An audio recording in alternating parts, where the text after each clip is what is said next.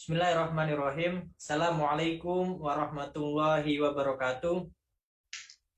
Alhamdulillah, salatu wassalamu ala rasulillah, ala sayyidina Muhammad bin Abdillah. Asyhadu an la ilaha illallah wahdahu la syarikalah wa asyhadu anna Muhammadan abduhu wa rasuluh la nabiyya wa la rasula ba'dah. Allahumma sholli wa sallim wa barik ala sayyidina Muhammad wa ala ali sayyidina Muhammad. Rabbi sholli sadri wa yassir li amri wa hlul 'uqdatam min lisani yafqahu qawli. Amma ba'du. Segala puji senantiasa kita panjatkan kepada Allah Subhanahu wa taala yang pada kesempatan sore ini kita semua masih dalam naungan iman Islam, kita semua masih diberikan kenikmatan berupa kesehatan dan luang waktu sehingga kita bisa berkumpul bersama di kajian online DKM Pamasangatha. Yang kedua, sholawat serta salam semoga senantiasa tercurah limpahkan kepada junjungan kita Nabi Agung Muhammad Sallallahu Alaihi Wasallam, kepada segenap keluarganya, para sahabatnya, serta umat-umat beliau yang senantiasa istiqomah di jalan dakwahnya. Baik jamaah sekalian yang dirahmati Allah Subhanahu wa taala, ya, baik yang saat ini sudah tergabung di Zoom, yang menyaksikan tayangan ini di Facebook, ya, kami ucapkan selamat datang. Kita berjumpa lagi di kajian online PAMA, ya, serta pada para pendengar Bahana FM, para rekan-rekan kerja yang saat ini sedang beraktivitas, semoga Allah memberikan keberkahan dalam pekerjaannya dan kelancaran. Amin ya rabbal alamin. Baik hadirin jamaah sekalian dirahmati Allah Subhanahu wa taala, pada kesempatan sore hari ini kembali kita dibersamai, ya, oleh beliau yaitu Habib Muhammad bin Anis Shahab, ya, dengan insya Allah beliau akan menyampaikan tema yang luar biasa yaitu peristiwa agung di bulan Ramadan. Baik, kita sapa terlebih dahulu, ya, narasumber kita yaitu Habib Muhammad bin Anis Shahab. Assalamualaikum Habib. Waalaikumsalam warahmatullahi wabarakatuh. Bang Diki, gimana kabarnya? Alhamdulillah sehat Habib. Habib sehat Habib, ya? Alhamdulillah sehat sambil nunggu buka, ya. Alhamdulillah Habib, ini udah sampai puasa udah ke 24 Habib, ya.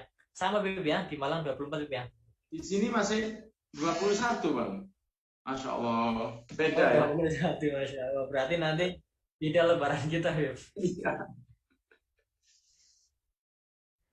Habib, tema kita hari ini tentang peristiwa agung di bulan Ramadan.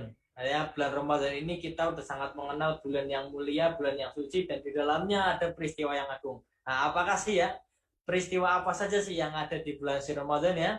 Jamaah sekalian, ya, sebelum kita simak kajian dari Habib, nah, kami mohon untuk yang saat ini tergabung di Zoom untuk bisa menyalakan videonya, ya, nanti kita bisa saling mengenal, saling silaturahmi. Dan sebelum kita mulai kajian, mari kita awali dulu sama-sama dengan baca basmalah. Bismillahirrahmanirrahim. Berikutnya, marilah kita simak kajian ilmu dari Habib Muhammad bin Anis Shahab dengan tema peristiwa agung di bulan Ramadan. Kepada Al-Habib, kami persilakan. Oke. Bismillahirrahmanirrahim. Assalamualaikum warahmatullahi wabarakatuh. Alhamdulillah, bima'na rabbi akhir wa wasitana al-musyafa'an duku al-mudabab. Allahumma salli wa sallim ala sayyidina Muhammadin salatan taghfiru biha jami'an dhunub wa ala alihi wa sahbihi wa tabi'ina wa man bihadihi muqtada asyhadu an la ilaha illallah wa anna sayyidana Muhammadan abduhu wa rasuluhu sayyidil ajami wal arab, amma ba'd. Segenap teman-teman yang ada di PAMA, baik karyawan atau staf atau pimpinan yang mungkin hadir pada sore hari ini, bersyukur kepada Allah atas nikmat ukhuwah yang bisa terjalin walau nggak bertemu secara langsung. Pada sore hari ini, setelah kemarin kita bahas tentang fikih puasa, dan insya Allah sekarang kita bahas tentang beberapa peristiwa agung yang terjadi di bulan puasa.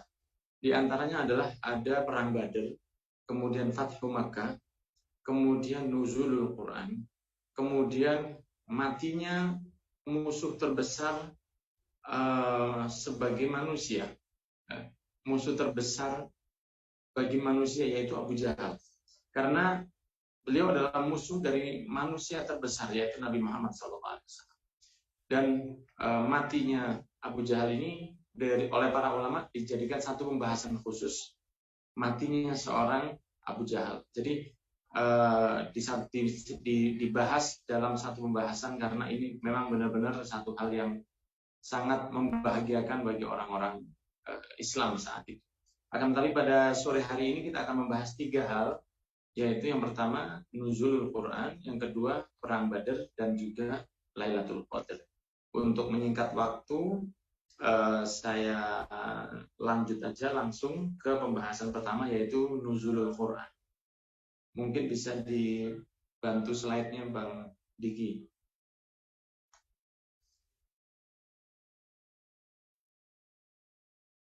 Oke. Bismillahirrahmanirrahim. Yang pertama adalah yang kita ketahui bersama nuzulul Quran atau turunnya Al-Quran. Nuzulul Quran ini adalah momen ketika Allah Subhanahu menurunkan Al-Quran, dan Allah sendiri mengatakan inna anzalnahu fi lailatul qadar. Kita menurunkannya di malam Lailatul Qadar. Allah juga berfirman, syahrul Ramadan alladzi unzila fihi al-Quran hudan linnasi wa bayyinatin minal huda wal furqan. Allah Subhanahu wa taala menyatakan di dalam Al-Quran bahwa turunnya Al-Quran ini adalah di bulan Ramadan, sehingga banyak acara tasyakuran dengan memperingati nuzulul Quran di malam 17. Umumnya seperti itu. Maka para ulama berbeda pendapat. Ada yang mengatakan bukan di 17 tapi di hari-hari ganjil di akhir bulan Ramadan, 10 malam terakhir. Tapi nggak ada masalah tentang kepastiannya. Yang penting memang di bulan Ramadan lah Allah menurunkan Al-Quran, sehingga dikatakan syahrul Ramadan alladzi unzila fihi Al-Quran, diturunkan di dalamnya Al-Quran. Maka kita bahas beberapa hal yang bermanfaat dari Al-Quran, karena Al-Quran ini diturunkan oleh Allah sebagai wahyu dan firman yang tidak akan pernah tergantikan.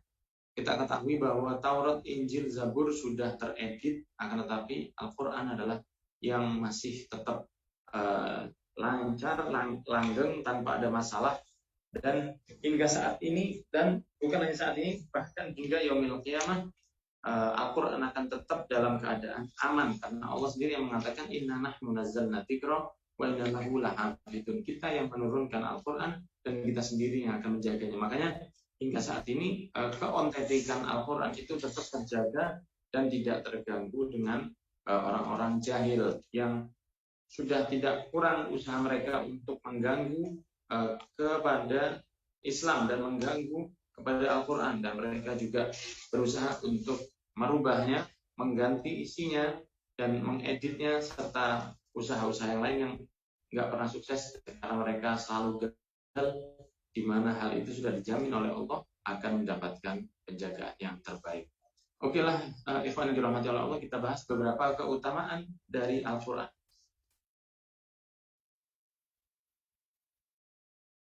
Yang pertama di antaranya adalah kategori manusia terbaik dari sahabat Utsman bin Affan radhiyallahu anhu. Nabi Muhammad SAW bersabda, khairukum man ta'allama al-Qur'ana wa 'allamahu. Sebaik-baik kalian adalah orang yang mempelajari Al-Quran kemudian menyampaikannya. Ini adalah salah satu bukti betapa Nabi Muhammad sangat memotivasi orang untuk belajar dan mengajarkan Al-Quran.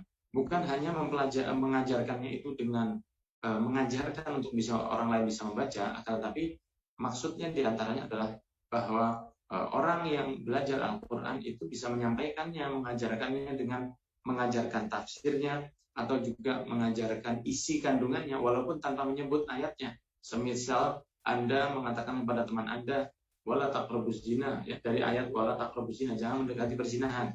Maka ketika Anda tahu satu teman Anda yang jomblo, dia sedang mulai menjajaki momen-momen untuk pacaran dan lain sebagainya, Anda mengatakan jangan dilanjutkan karena itu dilarang dan gak akan membawa keberkahan. Itu salah satu bentuk pengamalan dari Al-Quran, karena Al-Quran itu tidak hanya untuk dibaca tapi juga untuk diamalkan. Sedangkan menyampaikan isi dari Al-Quran itu juga mengajarkan Al-Quran. Sehingga Rasulullah tidak mengatakan sebaik-baik manusia adalah yang paling banyak uangnya, yang paling banyak istrinya, atau yang paling banyak mobil mewahnya, akan tetapi sebaik-baik kalian adalah yang mempelajari Al-Quran dan mengajarkannya. Kemudian yang kedua, imbalan bagi kedua orang tua kita. Kita pastinya ingin menjadi anak yang birrul walidain, dan ketahuilah bahwa membaca Al-Quran ini membuat kita termasuk orang yang berbuat bakti ke orang tua kita. Rasulullah bersabda, siapa yang membaca Al-Quran dan beramal dengan isi kandungannya, dia anugerahkan kedua ibu bapaknya mahkota di hari kiamat. Cahayanya lebih dari matahari di rumah dunia. Jika matahari seperti itu sinarnya, maka bagaimana kiranya dengan cahaya dari Al-Quran? Kelak yaumil qiyamah lebih terang dari cahaya matahari, mahkota yang disematkan oleh Allah kepada orang tua anak yang membaca Al-Quran. Sehingga membaca Al-Quran ini bukan hanya untuk diri kita saja, tapi juga orang tua kita otomatis langsung mendapatkan pahala, dan itulah yang diharapkan orang tua. Karena birrul walidain itu tidak hanya untuk kita ketika ada di dunia, tapi ketika orang tua sudah pindah ke alam barzakh, justru itulah birrul walidain yang sangat mereka harapkan. Karena saat itu mereka bagaikan orang yang tenggelam di barzakh, mereka nggak tahu bagaimana keadaan di sana, dan yang bisa menolong adalah doa dan amal dari anak tersebut. Maka istiqomahkan baca Al-Quran setiap hari agar orang tua kita dimuliakan kelak yaumil qiyamah, tentunya dengan diamalkan kandungannya juga. Kemudian di antara keutamaan yang ketiga, yaitu keutamaan dari Al-Quran ini, bahwa kelak Al-Quran akan memberi syafaat di hari kiamat.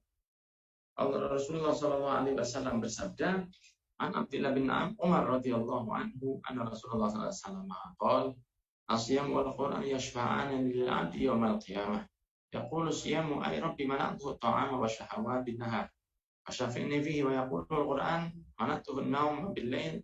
Syafi'ni fihi qala fa syafa'an, rawahu Tabrani. Dan disampaikan sahabat Abdullah bin Umar radhiyallahu anhu bahwa puasa dan Al-Quran ini akan memberi syafaat kepada seorang hamba di hari kiamat. Jadi puasa dan Al-Quran ini akan datang dalam keadaan berwujud seperti kita manusia, yang berwujud dalam wujud yang sangat indah sekali, dan datang kepada seseorang yang membaca Al-Quran. Kemudian dia akan menunjukkan kepada kita tentang apa yang telah kita lakukan ketika kita ada di alam dunia.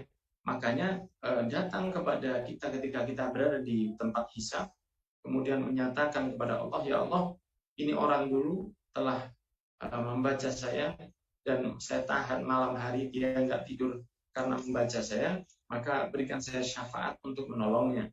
Dan puasa juga datang berwujud seperti manusia, dan dia akan mengatakan, ya Allah, orang ini dulu kalau saya datang, dia selalu meninggalkan makanannya, istrinya, syahwat-syahwatnya untuk berpuasa, sehingga bantulah saya untuk bisa memberi syafaat kepadanya. Maka dikatakan oleh Rasulullah, fayusyafa'an, maka keduanya, yakni puasa dan Al-Quran ini diberi syafaat oleh Allah untuk membantu seseorang yang rajin berpuasa dan membaca Al-Quran. Oke lah, ini di antara keutamaan Al-Quran yang semoga kita bisa beristiqomah untuk membacanya. Sekarang kita mempersingkat waktu, geser ke pembahasan berikutnya, yaitu tentang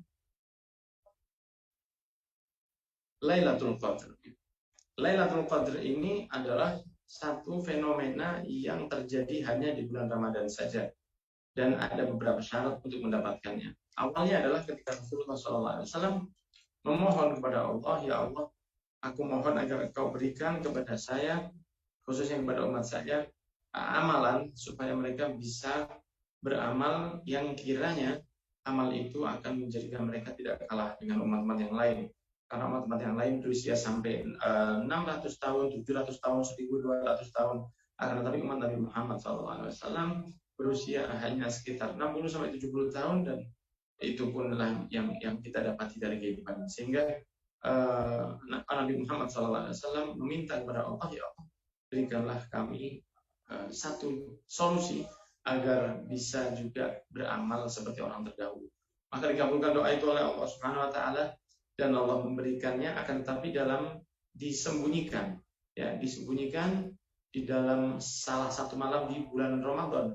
Dan itulah yang perlu dicari oleh setiap muslim, karena satu malam yang bisa didapat dari Lailatul Qadar, dia akan mendapatkan sesuatu yang sifatnya khairu min alfi syahr, lebih baik dari 1000 bulan. Nah, 1000 bulan ini maksudnya adalah kalau kita total sekitar 83 tahun, 4 bulan. Ya, 83,4 bulan. Ini selama 83,4 bulan itu dia berpuasa, dia bersedekah, dia sholat istiqomah, dia menjalankan birrul walidain, dia baik ke tetangga, dia sabar, dia ikhlas selama 83 tahun, 4 bulan. Bayangkan jika kita dapat 10 tahun malam Lailatul Qadar. Bayangkan juga, maka kita akan mendapatkan sekitar 834 tahun hidup kita. Bayangkan kalau kita dapat 2 tahun, 20 tahun Lailatul Qadar setiap malam, maka kita mendapatkan sekitar 1668 tahun hidup kita. Apa yang kita lakukan? Cukup cari Lailatul Qadar, dan itu berkelipatan jika setiap malamnya adalah setiap Ramadan mendapatkan Lailatul Qadar. Sehingga perlu kita cari, karena Lailatul Qadar ini ada syarat dan ketentuan saja. Monggo Bang Diki digeser untuk ketentuannya. Ada beberapa syarat dan ketentuan untuk bisa mendapatkan malam Lailatul Qadar, dan pemahamannya juga. Satu diantaranya, syarat dan ketentuannya, Lailatul Qadar hanya ada di bulan Ramadan saja. Ini menunjukkan bahwa yang kita cari nggak terlalu susah. Bayangkan kalau misalnya Allah menitipkannya sepanjang tahun.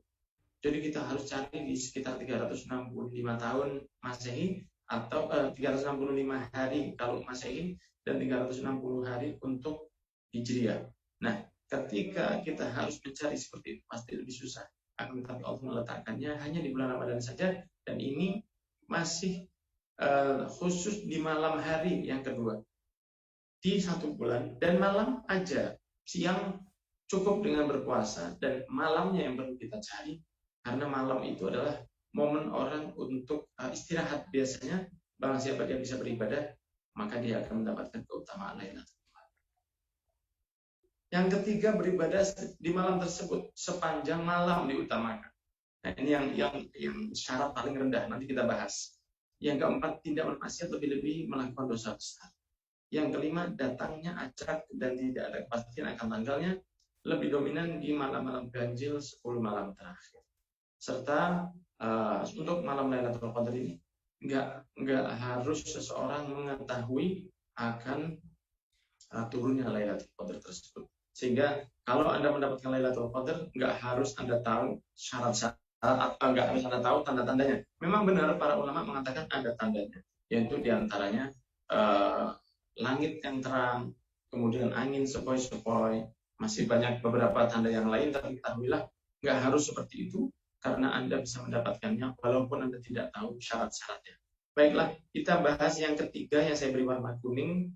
Beribadah di malam tersebut diutamakan sepanjang malam. Inilah syarat untuk mendapatkan Lailatul Qadar. Jadi Lailatul Qadar itu dia seperti datangnya acak, dan ketika dia datang, dia hanya akan melihat kepada orang-orang yang sedang beribadah. Nah, tentunya kita nggak tahu datangnya jam berapa. Bisa jadi jam 9, jam 10, jam 11, jam 12, jam 1, jam 2, jam 3, jam 4, dan seperti itu. Maka bagaimana untuk menjaring Lailatul Qadar? Jaring Lailatul Qadar adalah dengan yang disampaikan Rasul dalam sebuah hadis Sahih Muslim. Beliau bersabda, "Man shallal isya di jama'atin fa ka'annama shalla nisfal lail. Wa man shalla as-subha fi jama'atin fa ka'annama qama al-laila kullahu." Rawahu Muslim. Barang siapa sholat isya berjamaah, maka ia seakan telah sholat sunnah setengah malam. Saya ulang, kalau Anda sholat isya berjamaah di masjid atau di rumah, di masjid lebih diutamakan bagi laki-laki, di rumah lebih diutamakan bagi perempuan. Yang walhasil intinya diusahakan berjamaah.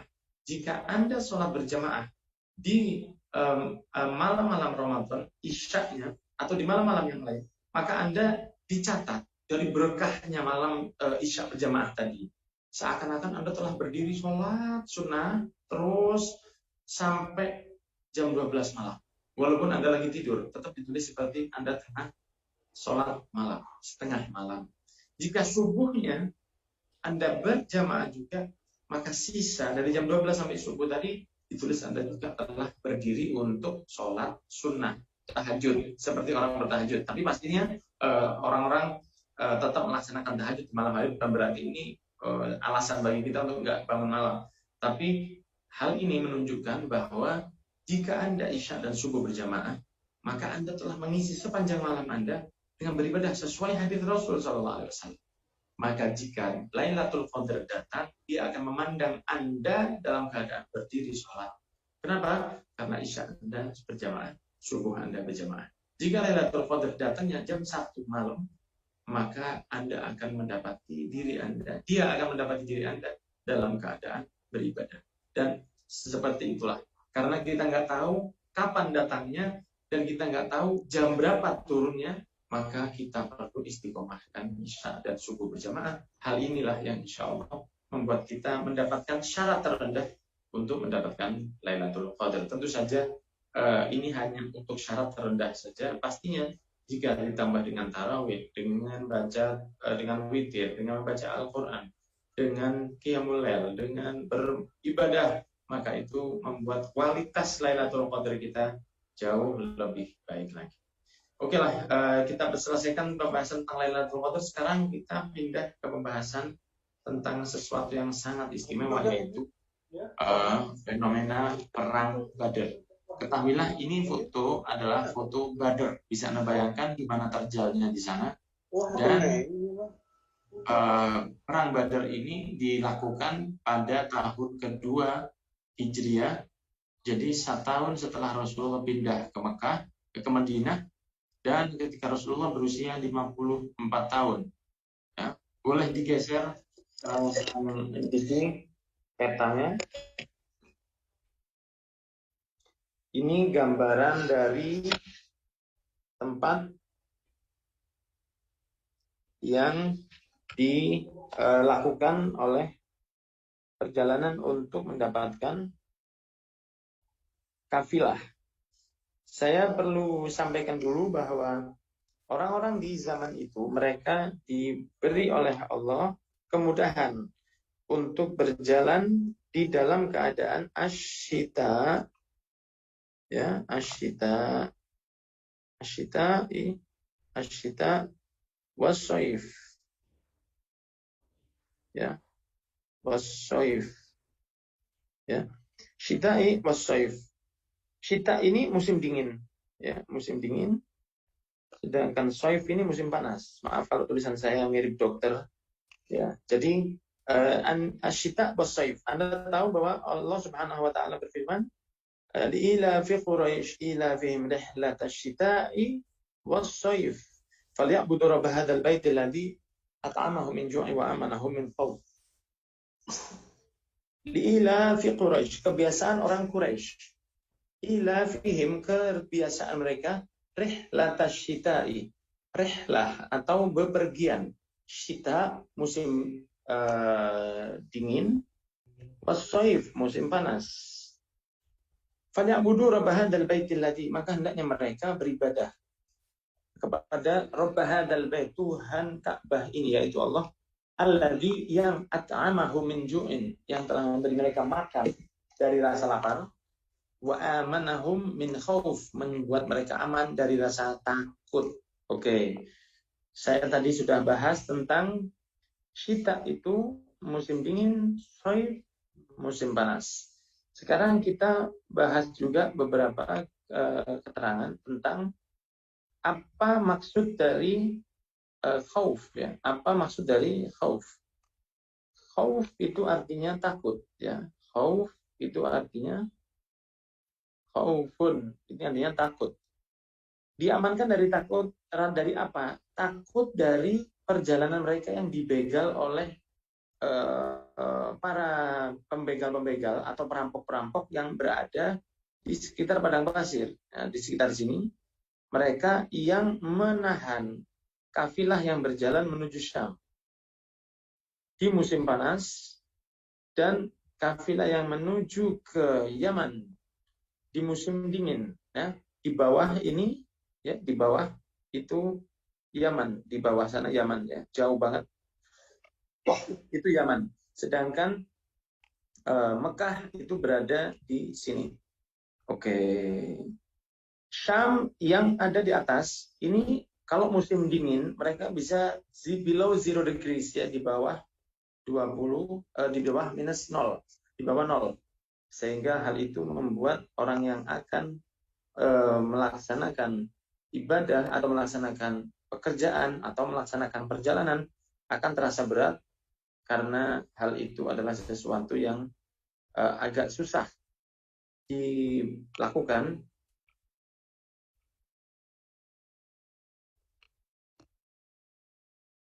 Bismillah.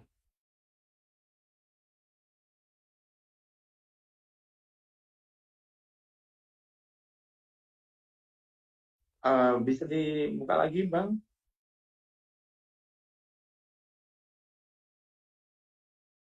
Sambil nunggu screen-nya keluar lagi, perlu saya sampaikan bahwa sering ada begal yang menahan, ya, yang menahan perjalanan orang-orang. Jadi di sekitar sini ada beberapa begal yang biasanya mereka menahan perjalanan orang yang mau ke Syam. Di daerah bawah juga sering ada begal, ya. Di bawah juga ada begal yang menahan orang untuk berangkat ke Yaman. Nah, kalau yang berangkat ini membawa bendera Quraisy, maka mereka akan mundur. Mereka merasa nggak berani untuk menghadang orang-orang Quraisy karena mereka adalah orang-orang Quraisy ini penjaga Ka'bah.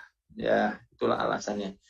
Karena orang-orang Quraisy penjaga Ka'bah, maka jika mereka melakukan perjalanan kemanapun, ya, ke arah manapun, itu akan selalu aman karena para begal ini nggak akan berani mengambil hartanya melihat bendera Quraisy.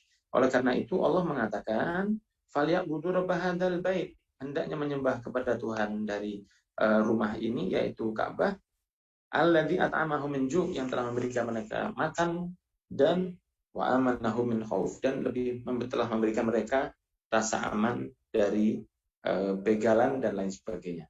Nah, ketika Rasul Shallallahu Alaihi Wasallam mendengar ada seorang yang bernama Abu Sufyan yang belum masuk Islam saat itu mengadakan perjalanan ke Syam, dan Rasulullah SAW saat itu berada di Madinah, jarak antara Madinah ke Badar, itu Badar di sekitar sini, ya, Badar itu di sekitar sini. Nah, ini jarak untuk ke Badar itu sekitar 170 km, sedangkan dari Mekah sampai ke Badar sekitar 380 km.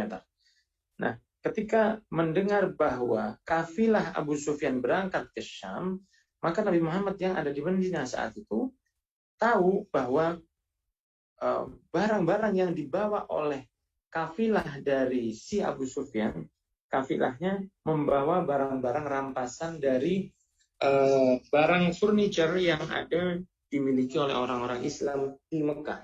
Karena mereka saat itu berhijrah dari Mekah ke Madinah tanpa membawa apapun. Ketika orang Islam berangkat dari Mekah ke Madinah bersama dengan Rasulullah SAW, mereka tidak membawa apapun, dan saat itu rumah mereka yang ada di Mekah ini dijarah oleh orang-orang kafir. Nah, sehingga banyak barang-barang furniture mereka yang diambil, dan itulah yang dijual ke Syam. Maka Nabi Muhammad mengajak dari Madinah, ayo kita hadang kembalinya si Abu Sufyan karena kita mau mengambil barang-barang kita yang diambil olehnya. Jadi ketahuilah bahwa perang ini bukan tentang peperangan yang membunuh, akan tetapi peperangan ini diawali dari Rasul yang ingin mengambil barang-barang mereka pribadi yang dijarah ketika mereka meninggalkan Mekah. Semoga difahami. Maka sampailah si Abu Sufyan di Syam, ya, di Syam, dan Nabi Muhammad SAW mempersiapkan pasukannya di Madinah. Ketika si Abu Sufyan mulai mengadakan perjalanan pulang, Rasulullah SAW juga mulai mengadakan perhitungan untuk perjalanan berangkat ke Badar untuk menghalang perjalanan dari si Abu Sufyan supaya bisa diambil barang dagangannya. Akan tetapi Abu Sufyan yang memang sudah mencium bahaya itu, dia berhenti di sekitar sini, ya. Kemudian dia memerintahkan semua kafilahnya untuk berhenti, dan kemudian dia mencari informasi ke orang yang di dekat Madinah, ya, tentang apakah ada rombongan dari Madinah yang mengarah ke laut atau mengarah ke Badr. Orang-orang di sekitar sini mengatakan, iya, kami melihat tadi ketika saya berangkat ke Madinah, saya melihat ada sekitar ratusan orang yang dipimpin dengan seorang yang berwajah sangat tampan, yaitu Nabi Muhammad maksudnya, yang sedang berarak-arakan menuju ke Badar. Mendengar hal itu tentu saja Abu Sufyan sangat kaget dan dia bergegas untuk kembali ke rombongannya. Dia mengatakan kepada rombongannya yang ada di sini untuk kita jangan melanjutkan perjalanan lewat Badar. Ya, Badar kita di sini. Maka kita lebih baik langsung kembali atau memutar ke lewat tempat yang lain. Maka dia pun mencari informasi dan ternyata yang lebih dekat adalah lewat laut. Ya, lewat laut. Boleh digeser Bang Diki untuk lebih detailnya. Nah, ketika si Abu Sufyan sudah sampai di sekitar Yanbu, ya, di sini, maka rombongan kafilahnya ini dilarang olehnya untuk melewati Badar. Ini Badar, ya, ini kota Badar. Kalau mereka mengikuti jalan biasa untuk menuju Mekah, memang lebih singkat karena nggak perlu muter. Tapi dia tahu bahwa Rasul akan menghadangnya. Oleh hal itu, dia menanyakan ke warga sekitar yang ada di perumahan ini, di daerah sana. Dia mengatakan, lewat mana sebaiknya saya untuk berjalan masuk ke Mekah? Mereka semua pasti jawabannya, kamu kalau mau ke Mekah lewat Badar. Dia mengatakan, nggak bisa lewat Badar, karena saya ingin jalan lain yang membuat saya bisa sampai ke Mekah. Mereka orang-orang ini mengatakan, kalau kamu mau ke Mekah, lewat jalan lain, satu-satunya jalan yang terdekat adalah kamu harus lewat tepi pantai. Setelah itu kamu balik ke jalan utama dan kemudian kamu balik ke Mekah. Dan ini kamu akan memakan waktu atau memakan lebih jauh sekitar 200 km dibanding kalau kamu lurus lewat Badar. Abu Sufyan mengatakan kita siap menempuh 200 km itu. Walaupun orang-orang yang di sini heran, mereka sebenarnya nggak tahu bahwa sebenarnya ada bahaya yang mengintai si Abu Sufyan karena Nabi Muhammad SAW saat itu sudah mulai mengadakan perjalanannya menuju Badar. Maka si Abu Sufyan yang saat itu sudah mencium perjalanan Rasul, memerintahkan seseorang yang bernama Abu Domdom, ya, Abu Domdom, untuk menaiki ontanya secepat mungkin melewati Badar karena dia tahu saat itu Rasulullah masih jauh. Abu Domdom diperintahkan untuk ke Mekah untuk memberitahu ke orang-orang yang ada di Mekah bahwa orang-orang yang sedang membawa kafilah ini dalam keadaan yang berbahaya dan mereka nggak bisa lewat Badar. Mereka harus muter lewat atas, lewat laut, dan itu jauh banget. Maka Abu Domdom mendramatisir keadaannya dengan memotong telinga ontanya, memotong hidung ontanya. Dia mengatakan ke orang-orang kafir Mekah, celakalah kalian karena Nabi Muhammad SAW telah menghadang kafilah untuk membawa barang-barang kalian. Selamatkanlah Abu Sufyan dan berangkatlah kalian menuju Badar. Marahlah Abu Jahal yang ada di sini, kemudian mengajak sekitar 1.200 orang untuk berangkat bareng-bareng ke Badar untuk melawan Rasul dan untuk menyelamatkan kafilah si Abu Sufyan. Karena Abu Sufyan yang berjalan lebih cepat pada saat itu, ya, maka didapati bahwa Nabi Muhammad SAW yang masih di tengah-tengah perjalanan dengan membawa pasukan yang jauh lebih sedikit dari pasukan orang kafir, hanya membawa 313 pasukan, kemudian 8 pedang, karena mereka nggak mau perang, cuma mau menghadang aja. Kemudian ada sekitar 7 atau 3 kuda, ada 3 kuda dan 70 onta. Nah, inilah perbekalan dari orang-orang yang berangkat dari Madinah. Mereka berangkat dengan penuh keyakinan dan melihat Rasulullah SAW mengadakan perjalanan menuju ke Badar. Nah, saat ini si Abu Sufyan dengan cepatnya karena pasukan Rasul yang banyak dan total dari kafilah Abu Sufyan yang sedikit, maka dia lebih cepat untuk bisa mendahului Nabi Muhammad ke laut ini. Dan para kafir Mekah juga sudah mulai mengadakan perjalanan dengan cepatnya. Itu saking mereka bencinya dengan Nabi Muhammad SAW. Maka Rasul yang dengan perjalanan yang santai saja, nggak terburu, saat itu masih menjalani perjalanannya hingga di tengah perjalanan, dan Rasulullah bergantian dengan sahabat Ali bin Abi Thalib dan Zaid bin Harithah untuk berjalan sekitar 130 kilo berjalan kaki ya. Rasulullah berjalan kaki sekitar 130 kilo dan naik onta sekitar 40 kilo. Bergantian, satu onta dinaiki oleh 3 orang. Jadi kalau ada yang satu naik, yang 2 berjalan, dan begitu seterusnya. Rasulullah pernah dilarang oleh Sayyidina Ali bin Abi Thalib, ya Rasul, engkau nggak perlu turun, biar kami aja yang berjalan. Tapi Nabi Muhammad mengatakan dengan tawaduknya, sungguh kalian tidak lebih kuat dari saya, dan pahala saya tidak lebih banyak dari kalian. Maka saya pun akan ikut berjalan bersama kalian. Subhanallah, dari tawaduknya Nabi Muhammad SAW. Kemudian ketika sampai si Abu Sufyan di daerah pantai ini, dan dia sudah selamat melewati batas Badr yang jauh di atas, kemudian dia mengutus salah satu penunggang kudanya untuk kembali ke jalan utama dan menghadang kafilah atau rombongan artileri dari Mekah yang dipimpin oleh Abu Jahal untuk melarang mereka berangkat ke Badr, ya, melarang mereka berangkat ke Badr. Dilarang dan ditemui di sekitar sini.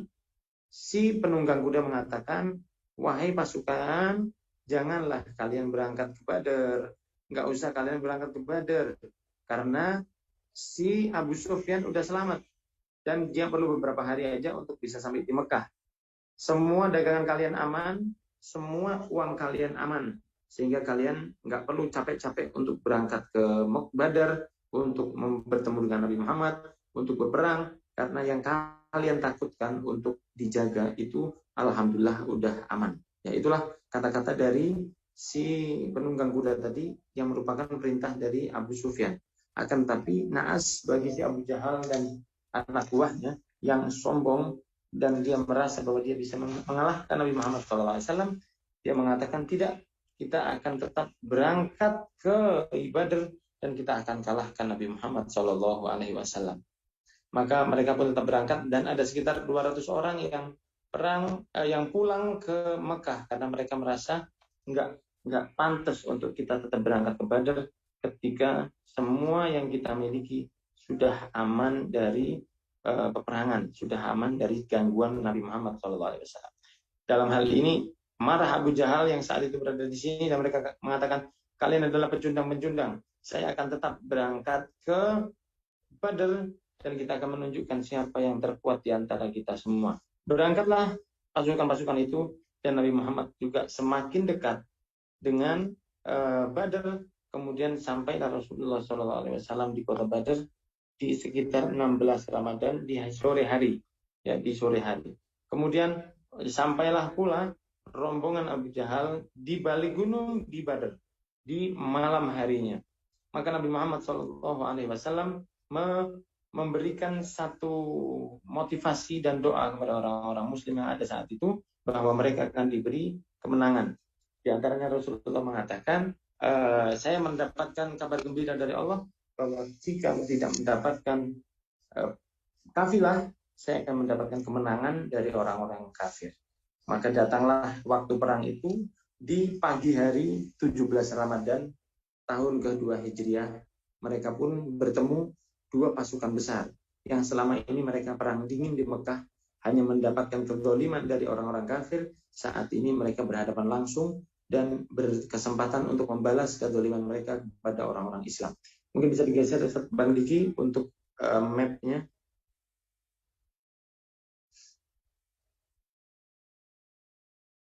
Oke, nggak bisa hilang ya.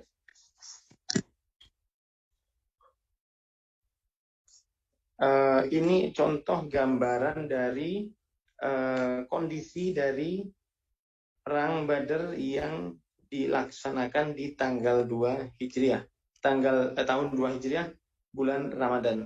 Anda bisa melihat di sini adalah pasukan orang kafir dan di sini adalah pasukan orang Islam. Oke, di sini pasukan orang Islam. Ini adalah kolam Nabi Muhammad SAW dan ini adalah kemah Rasul SAW. Kenapa harus ada kolam? Kolam ini adalah tujuannya untuk agar waktu panas esok harinya mereka bisa langsung minum tanpa perlu repot cari air terlebih dahulu. Dan ini ada sumur di dekat sini yang digali juga kolam ini cepet-cepetan, kemudian diisi airnya, dan air sudah diamankan oleh kubu orang Islam. Maka esoknya majulah 3 perwakilan dari orang kafir yang bernama Utbah, kemudian Syaibah, kemudian Walid, maju juga 3 perwakilan dari orang Islam, Ali bin Abi Thalib, Hamzah bin Abdul Muttalib, dan Ubaidah bin Al-Harith. Yang maju, kemudian mereka berduel di depan sebagai mukaddimah. Ali bin Abi Thalib dengan cepatnya 1 tebasan membunuh musuhnya. Sayyidina Hamzah bin Abdul Muttalib langsung 1 tebasan membunuh musuhnya. Tinggal Ubaidah dan Uqbah yang mengawali perang ini dengan sangat genting, dan akhirnya keduanya meninggal. Beda, Uqbah ke neraka, Ubaidah bin Al-Harith mati dalam keadaan syahid. Setelah mukaddimah ini, maka berangkatlah orang-orang Islam mendatangi orang-orang kafir, dan saat itulah terjadi peperangan terbesar yang ada di umat Islam, paling fenomenal, paling bersejarah, ketika 313 orang yang ada saat itu melawan 1000 orang yang ada, dan akhirnya diberi kemenangan oleh Allah Subhanahu wa taala dengan bantuan malaikat yang turun saat itu. Dan malaikat turun sekitar 3000 malaikat turun membantu Nabi Muhammad SAW, sehingga peperangan ini dimenangkan oleh orang Islam. Mati juga dalam peperangan ini Abu Jahal, mati dalam peperangan ini Umayyah, mati dalam peperangan ini Uqbah, dan juga Ubay bin Khalaf. Semua mereka meninggal, mereka yang zalim kepada Islam. Dan dari peperangan inilah dijadikan Islam semakin disegani oleh para orang-orang di Antiro Arab, serta dari sinilah kemudian keluarnya Fathu Makkah yang ditaklukkannya kota Makkah, dan sampai saat ini kita bisa beribadah ke Masjidil Haram dan lebih mudah dalam menjalankan ibadah kita. Ketahuilah, ini adalah satu hal yang perlu kita bahas, karena hal inilah adalah sesuatu yang sifatnya jasa dari orang-orang yang ada di Madinah ketika mereka berusaha untuk membantu kita, dan saat ini kita bisa beribadah berkah dari peperangan ini.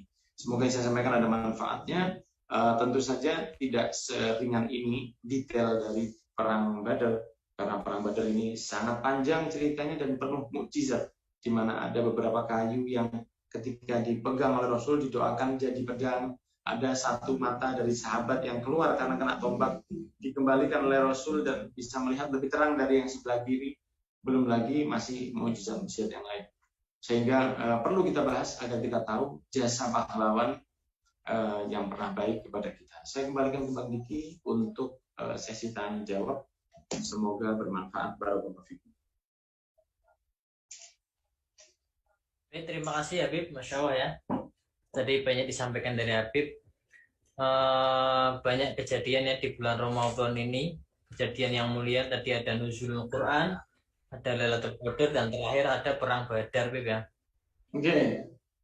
Dan kalau saya pernah dengar juga beberapa perang juga terjadi di bulan Ramadan, Bib ya, seperti perang Hondak itu, Bib ya. Benar. Masya Allah. Artinya memang Ramadan buat orang Muslim itu bukan untuk bermalas-malasan, untuk bersantai-santai. Bahwa Rasulullah juga sangat ini ya, produktif, sangat banyak aktivitas di bulan Ramadan. Tentunya ini menjadi perang. Apa ya? Iya, perang, ya. Kan Indonesia merdeka itu proklamasi di bulan Ramadan, ya. Benar, 17 juga, sama Bang. Iya, Masya Allah. Nah ini tentunya kita ya yang di sini mungkin nggak sampai perang artinya, tapi kita bisa apa ya, memaksimalkan lah waktu-waktu kita di bulan Ramadan, bukan hanya sekedar untuk tidur-tiduran santai yang katanya tidur juga ibadah, tapi lebih bagusnya lagi kalau kita gunakan untuk aktivitas, untuk ibadah, bekerja dengan maksimal gitu ya. Baik, untuk sesi berikutnya ya, yaitu sesi tanya jawab, kami persilakan pada para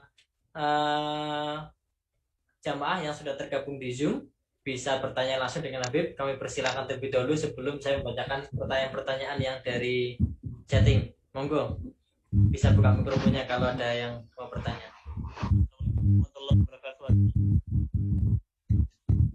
Waalaikumsalam warahmatullahi wabarakatuh.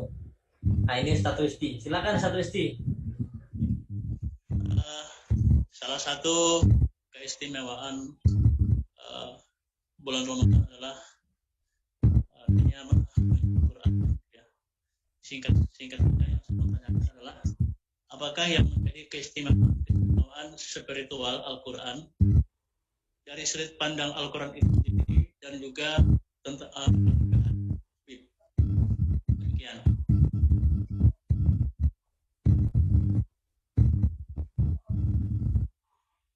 Jelas Bib, pertanyaan Bib. Nggak dengar saya. Baik, saya ulangi Bib ya. Ya, Ustaz, coba diulangi Ustaz. Agak putus-putus Ustaz. Ya. Salah satu keistimewaan bulan Ramadan adalah diturunkannya Al-Quran ya dalam peringatan nuzul Quran. Nah, yang saya tanyakan, apakah keistimewaan spiritual Al-Quran dari sudut pandang Al-Quran itu sendiri dan juga hadis? Apakah atau di chat aja ya Ustaz ya? Ditulis di chat aja ya? Ya baik. Di chat aja. Mohon maaf Ustaz, agak hilang suaranya Ustaz. Ya, biar nanti Mas Diki yang ini yang lanjutkan. Saya ulangi ya Ustaz ya. Apakah keistimewaan spiritual Al-Quran dari sudut pandang Al-Quran itu sendiri dan juga hadis? Oh gini Bib. Jadi apa sih keistimewaan dari Al-Quran yang mana dijelaskan di dalam Al-Quran ataupun dalam hadis Bib gitu Bib? Kalau keistimewaan Al-Quran pasti banyak banget. Secara spiritual maksudnya gimana Pak Ustadz?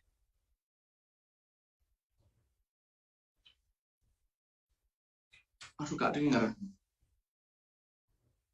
Atau mungkin ditulis aja Ustadz? Iya, nggak dengar sama sekali. Mohon maaf Ustadz ya. Ini antum ngomong nggak dengar sama sekali saya.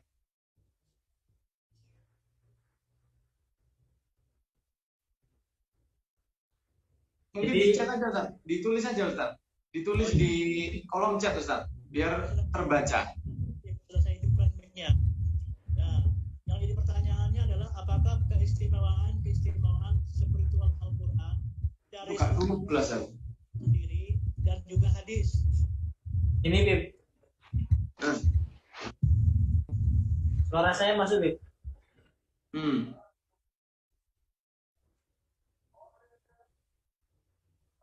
Iya, suara jenengan masuk. Ya, suara Ustadz tadi nggak dengar sama sekali saya. Hampir sama sekali nggak dengar. Habib, kalau suara saya terdengar Bib? Suara jenengan jelas. Ya, jadi yang ditanyakan Ustaz Rizky itu apa sih keistimewaan spiritual Al-Quran yang mana itu dijelaskan di dalam Al-Quran ataupun hadis gitu Bib? Iya. Kalau seperti di dalam, gitu maksudnya. Kalau di dalam Rasulullah SAW, ya secara spiritual Rasulullah SAW mengatakan, Iqra'ul Quran fa'innahu ya'ti yawmal qiyamati syafi'an li ashabi. Bacalah Al-Quran karena dia akan datang sebagai syafaat di hari kiamat untuk orang-orangnya. Kemudian Rasulullah SAW juga mengatakan di dalam sebuah hadisnya bahwa ahlul Quran adalah ahlullah, keluarga Allah. Maksudnya mereka adalah orang-orang yang dijaga oleh Allah Subhanahu wa Ta'ala. Kemudian di antaranya juga bahwa Rasulullah SAW mengatakan tidak boleh ini kecuali kepada dua orang, yaitu orang yang mengeluarkan hartanya dan ketika dia mampu dia mengeluarkan hartanya, dan orang yang membaca Al-Quran serta mengamalkannya. Sehingga itu di antara keistimewaan Al-Quran yang bisa kita ambil pelajaran untuk kita dalam beberapa segmen. Pastinya keistimewaan Al-Quran ini sangat besar sekali. Di buku saya sendiri saya catat ada sekitar 10 keistimewaan Al-Quran yang diberikan oleh Allah Subhanahu wa Ta'ala bagi orang-orang yang membacanya. Mungkin seperti itu Ustaz ya. Aduh, mohon maaf ini suaranya hilang Ustaz. Terima kasih Ustaz. Terima kasih. Makasih Ustaz Rizky ya. Insya Allah ya terjawab Ustaz, ya. mohon maaf. Lanjut Ustaz. ini Bib. Terus kemarin ada yang nanya Bang Bib, Diki kita ya? lanjut. Kemarin ada yang tanya yang belum saya jawab. Ini Bib, Kemarin ada yang satu terkait penyakit wasir itu Bib ya. itu yang kemarin tanya. Ini Pak Soleh ini kayaknya yang nulis ini. Bukan. Lain Beda ya? bukan. Maksudnya Lain. Yang kemarin tanya itu dia nggak batal Ustaz, nggak ada masalah. Walaupun tangannya masuk. Kemudian yang kedua, ibu yang tanya kemarin, setelah hari ke-61 keluar, itu pastinya dia keluar haid, Ustaz. Sehingga 7 hari yang dia puasa, dia nggak perlu qadha lagi.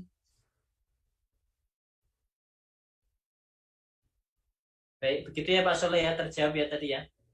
Terkait dengan kemarin, apa namanya, nifas itu ya Pak Soleh ya. Baik, Bib.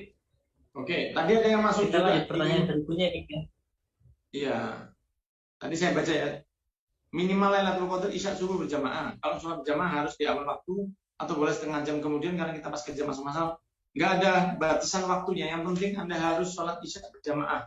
Karena malah sebenarnya sholat isya itu yang baik itu nggak langsung di awal waktu untuk sholat isya ya. Khusus sholat isya itu nggak di awal waktu langsung.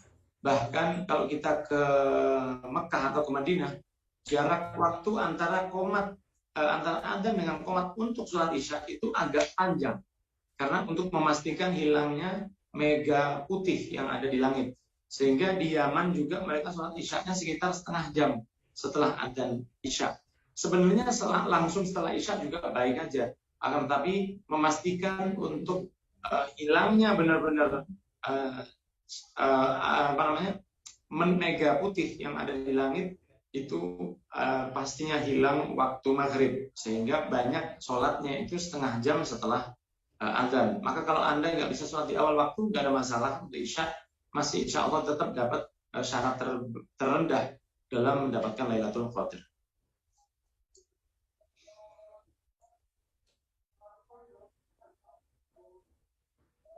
Baik, terima kasih Bib. Ini pertanyaan lagi Bib, terkait dengan Al-Quran tadi Bib, tentang adab-adab di dalam Al-Quran Bib. Jadi kadang kan ya, beberapa orang ya, saya melihat pernah juga pas ikut ngaji ya gitu kan, kita megang kitab maulid atau kitab-kitab kuning yang lain, kita dilarang naruh di lantai Bib, ditegur nanti jangan taruh di lantai, taruh di atas gitu. Tapi beberapa hal saya juga sering melihat ada beberapa orang itu menaruh mushaf Al-Quran itu di lantai, dia baca kemudian dia mau sholat dia taruh di lantai. Nah itu sebenarnya adab-adab yang benar itu terhadap Al-Quran bagaimana Bib? Oke. Adab kepada Al-Quran itu adab itu Bang Diki merefleksikan apa yang ada di dalam hati Anda ya. Ketika Anda memiliki sebuah teko atau mochi kecil yang isinya teh, nggak mungkin dia keluar susu. Kalau ada satu teko isinya kopi, dia nggak mungkin keluarnya susu. Kalau yang di dalam teh, yang keluar pasti teh.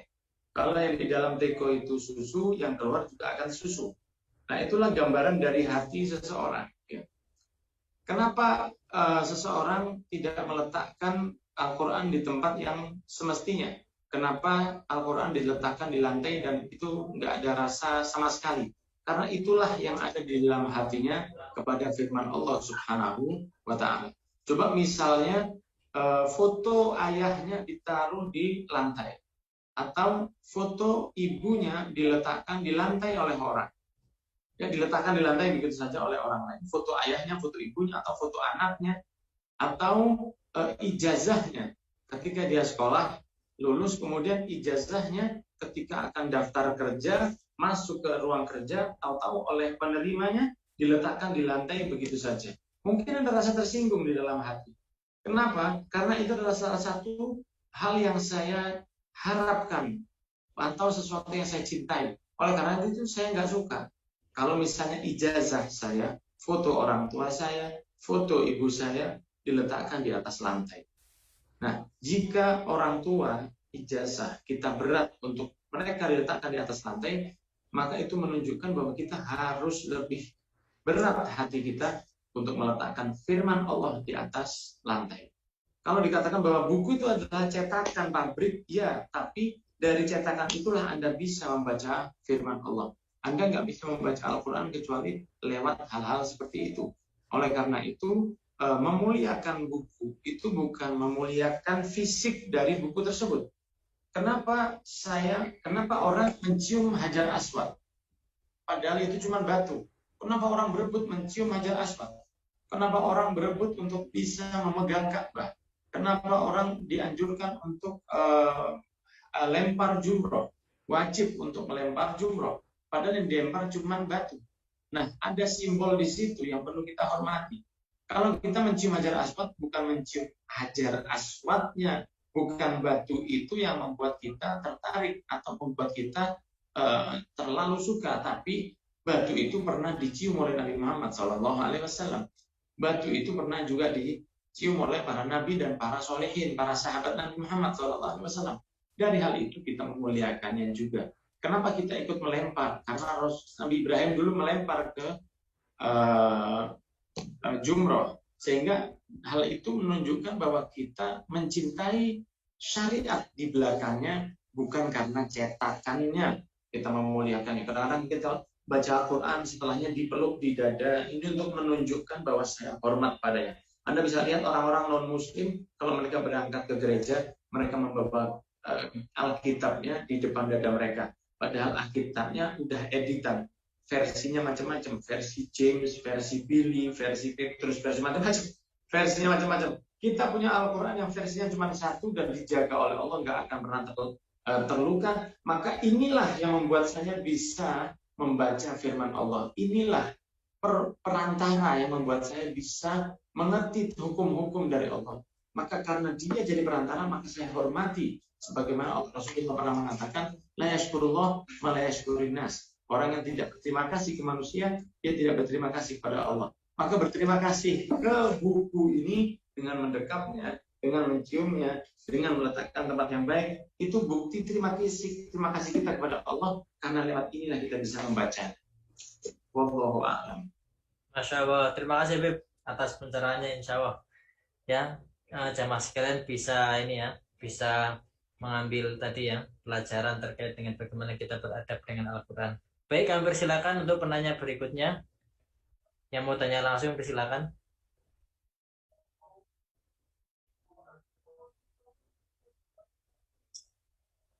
Oh, monggo Mas Alwan silakan Mas. Salam.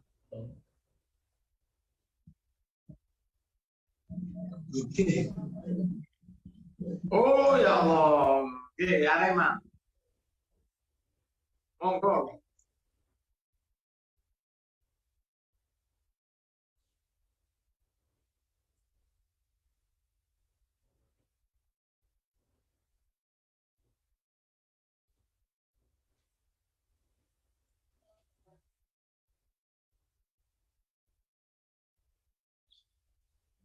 Ya, terang Badr ya. Oke.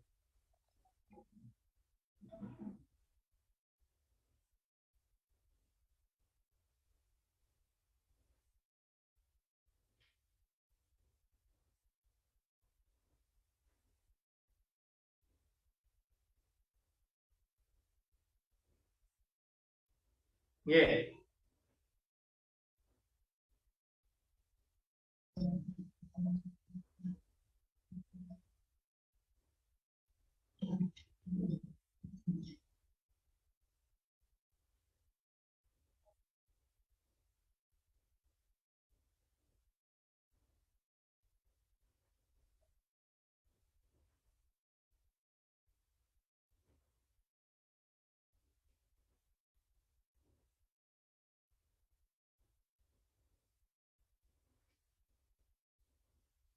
Yang terakhir tadi apa pertanyaannya? Menggunakan apa?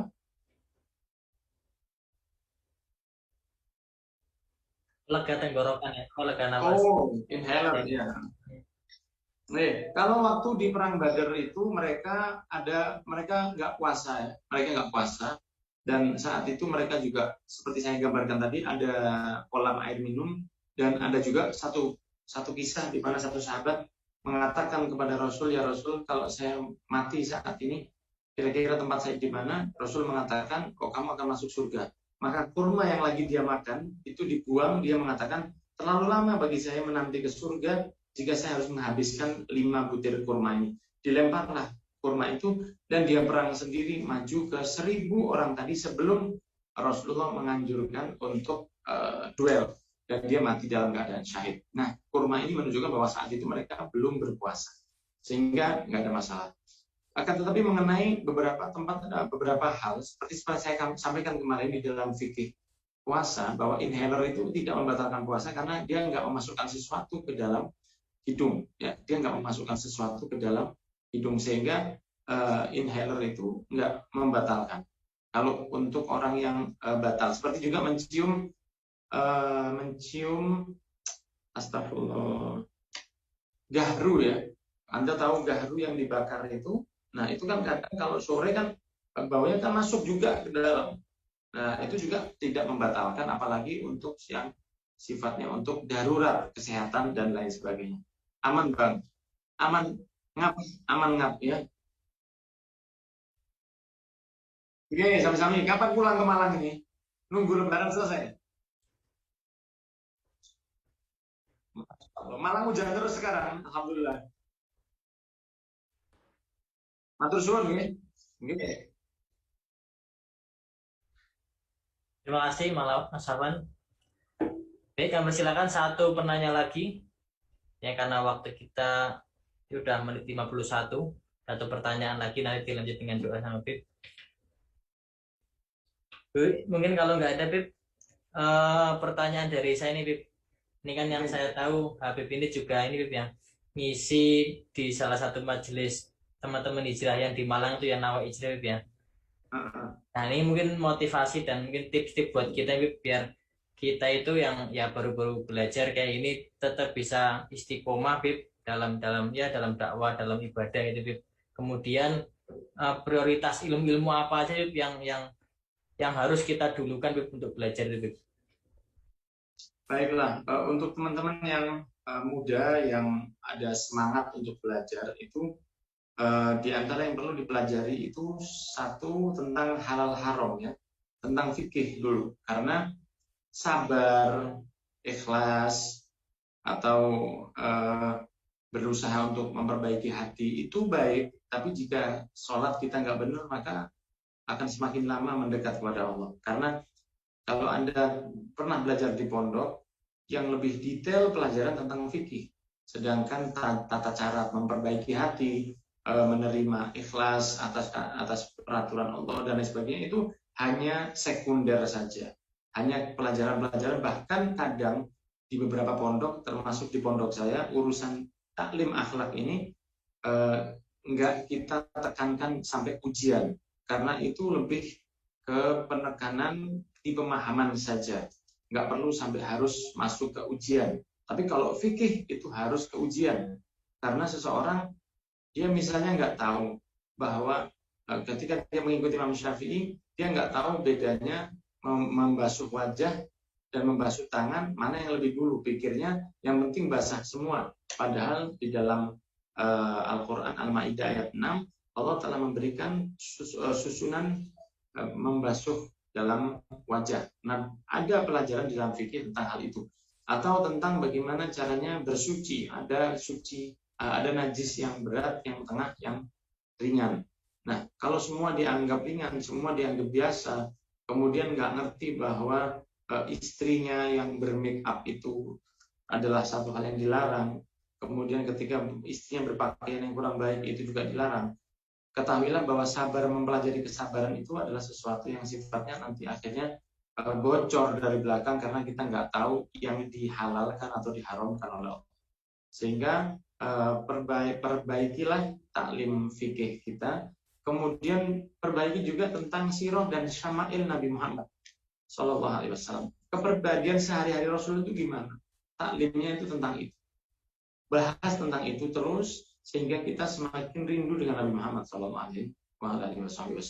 Tentu pula dengan hal-hal taklim-taklim yang lain. Akan tetapi yang paling fundamental diantaranya adalah tentang ilmu fikih dan sirah Nabi Muhammad SAW.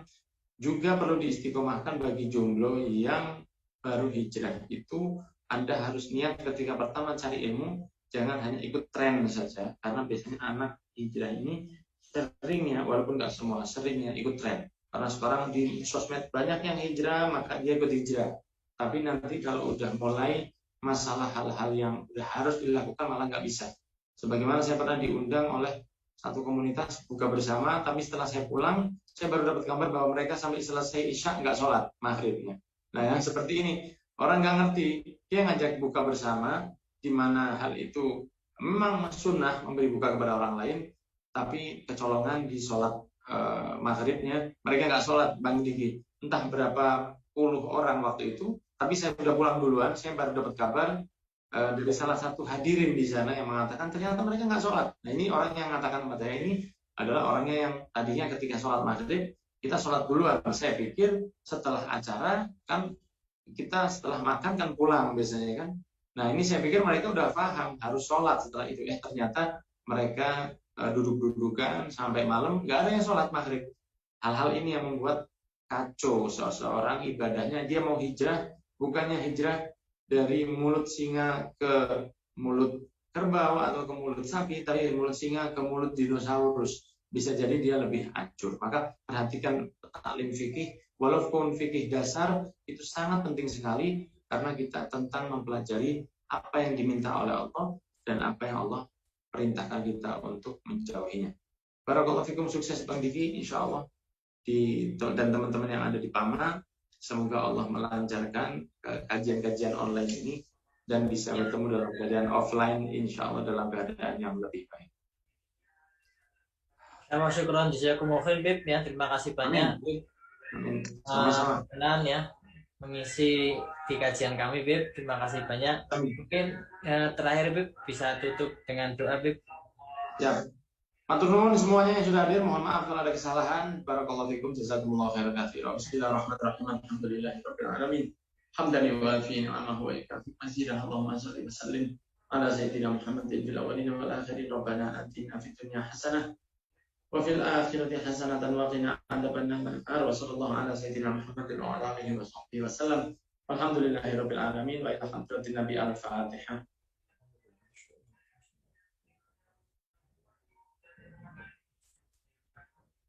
Matur nuwun Mas Diki dan semuanya yang sudah hadir, mohon maaf kalau ada kesalahan. Sama-sama Bib. Terima kasih.